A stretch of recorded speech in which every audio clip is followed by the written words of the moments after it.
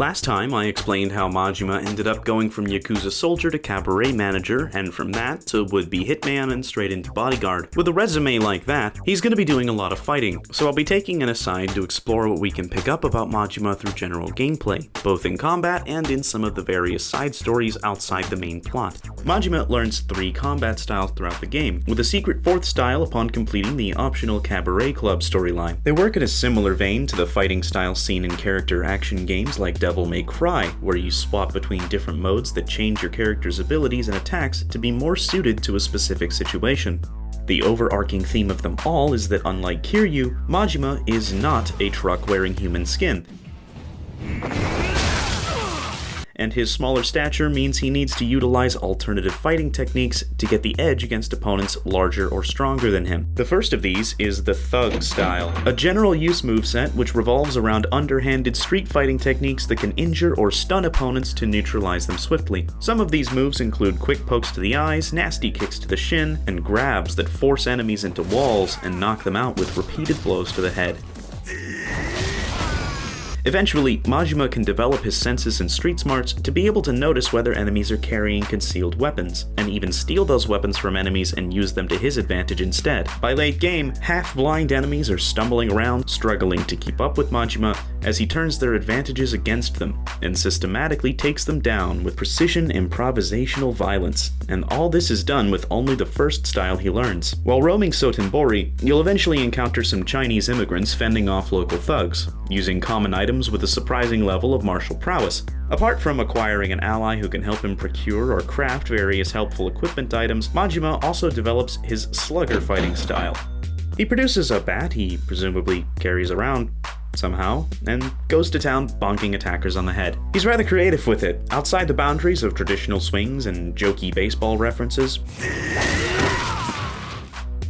He's even twirling it around his body like a pair of nunchucks, or acrobatically putting the momentum of his entire body into a crushing swing. It's a style that's brilliant for smashing a single target, but Majima has to get especially creative when he's significantly outnumbered. During an evening schlepping around between errands, Majima encounters a track-suited trio on a bridge, practicing a novel kind of dance for a gathering crowd. The wild movements sweeping and spinning across the ground and twirling legs all over the place are hallmarks of the style of breakdancing that was developing around the world at the time, and Majima immediately recognizes its potential for kicking multiple people in the head. Thus, the breaker style is born, a moveset that sits somewhere between breakdancing and the South American martial art of capoeira.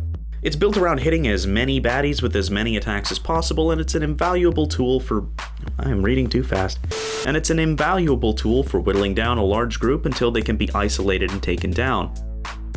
Majima can even stop to pose between attacks before surprising his enemy by breaking into a move from an unexpected angle, or spin back to his feet after being knocked to the ground. Majima is a fighter with sufficient agility and flair that he can make a back alley brawl look like a dance number, but Breaker takes this to a literal degree. The 4th style, Mad Dog, needs a little more context, but I'll come back to it later.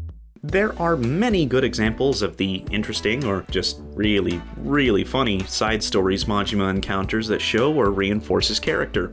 His Good Samaritan habits regarding women and children especially. A woman is struggling to find her daughter, who's been growing distant and selling off all her possessions in the name of deepening her involvement in a local cult, and the mother enlists the help of Majima to bring the girl a message, to hopefully change her mind before it's too late. Majima goes the extra mile to mount a full-blown extraction mission instead, utilizing his comprehensive misunderstanding of weird meditation, goofy dancing, and comical mispronunciation of pseudo-religious terms, as Majima exposes the cult leader for the fraud that he is. Elsewhere, a man in a park watches a young boy play with his toys, which sounds mega creepy, but this one is actually super wholesome, I promise. Upon being questioned, he explains to Majima that said boy is actually the man's son, but the man faked his own death to escape the Yakuza some time ago, and underwent facial reconstruction surgery, preserving his life at the cost of not getting to live it with his family, garnering Majima's sympathy. The consequence of Majima? The consequence of Majima encouraging the man to befriend his son is that the Yakuza start getting suspicious, and Majima fends them off before they can bring harm to the man's family.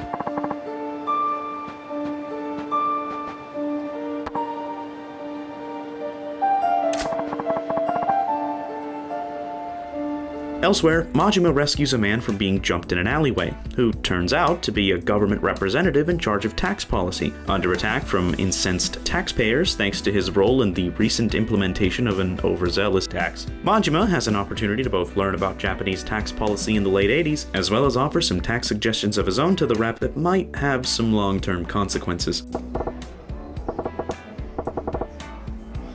Perhaps most interesting of all is Majima's sudden acquisition of a small cabaret club midway through the game, which acts as a money-making minigame to be played long-term and help fund the player's exploits.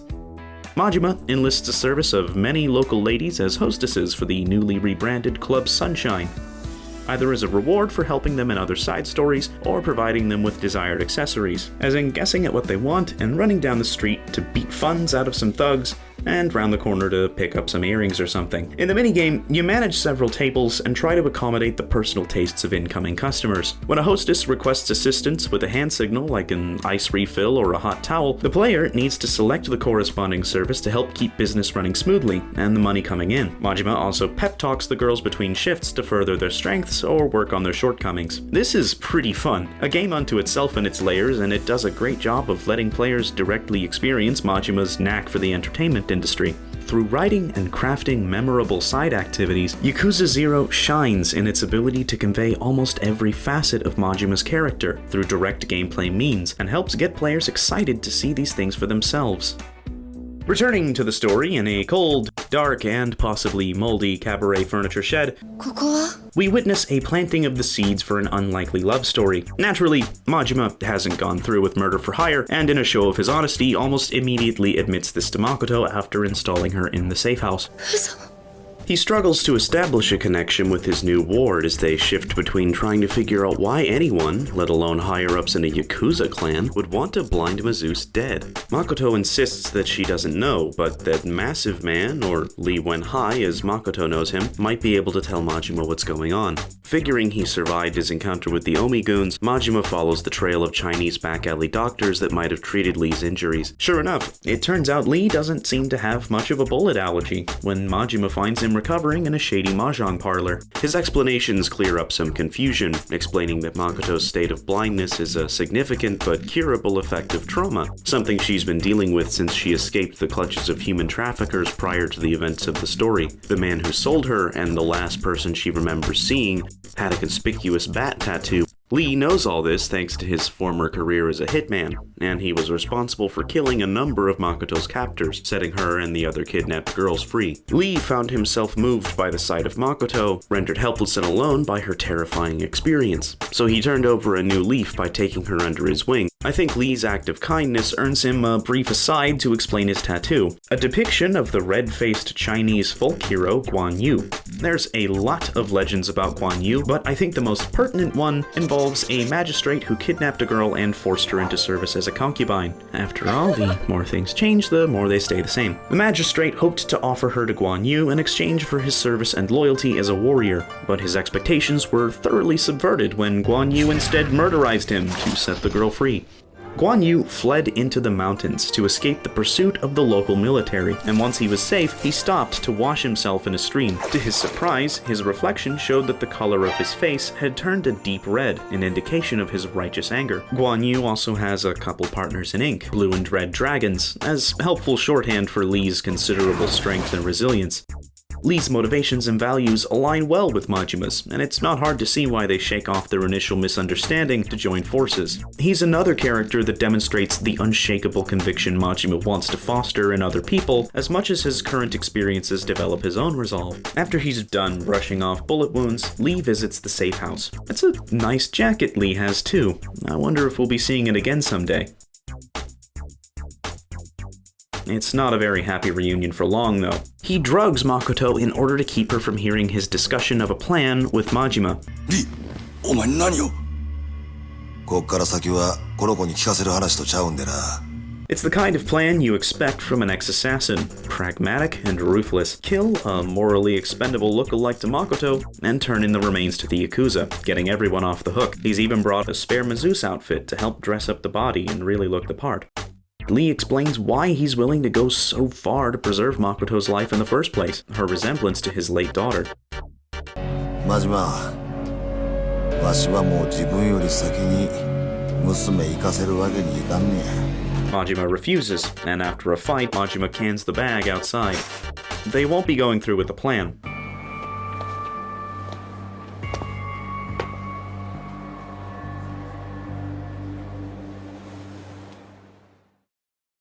The next day, the group learns that the double has turned up in the river regardless, thoroughly murdered with her face rendered unrecognizable and dressed in Makoto's masseuse clothes. なんやこれは。 The killer reveals himself soon after, calling Majima back to the Cabaret Grand for a meeting.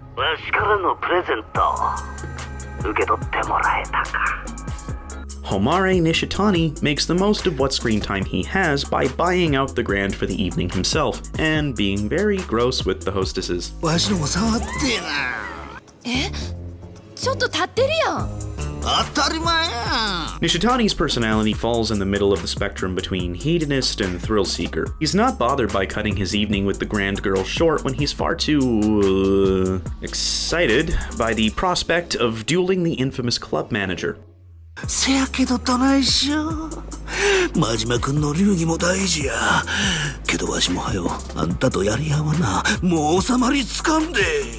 He puts pressure on Majima to be willing to fight in the Grand by claiming to be a burglar and calling the police on himself. 今、頭おかしなったヤクザが店でドス抜いてますね。全然客やないです。強盗ですわ。はよ助けに来てください。これでわしは客やないちゅうこっちゃ。殺も認める立派な強盗やで。 Nishitani's fighting style is tricky and as weird as he is. Even as a sneaky attack he'll make from the floor when Majima knocks him down, it leaves a lasting impression, and his wild and unpredictable behavior in combat might remind you of someone if you're the type to read ahead. A trope that appears throughout the series is born in this fight. Nishitani's knife is thrown high in the air, and when it finally comes down, Majima kicks it back into his leg, changing the momentum of the fight back into Majima's favor. The fun comes to an end as the police arrive to round Nishitani up, but not before he deliberately let slip that whoever hired him actually wanted Makoto alive, piquing Majima's curiosity. When news of the double's demise reaches Sagawa, he's clearly not buying the story, and shows that he isn't Majima's fool when the assassins who have been watching Majima all this time show up in the furniture warehouse. Despite their best efforts to escape, Majima and Makoto witness Lee and their best hope of escaping Sotenbori with life and limb intact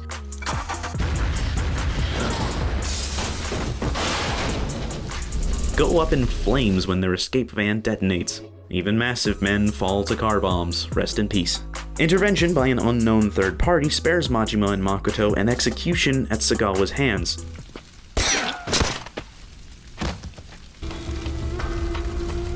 But both characters are far from safe.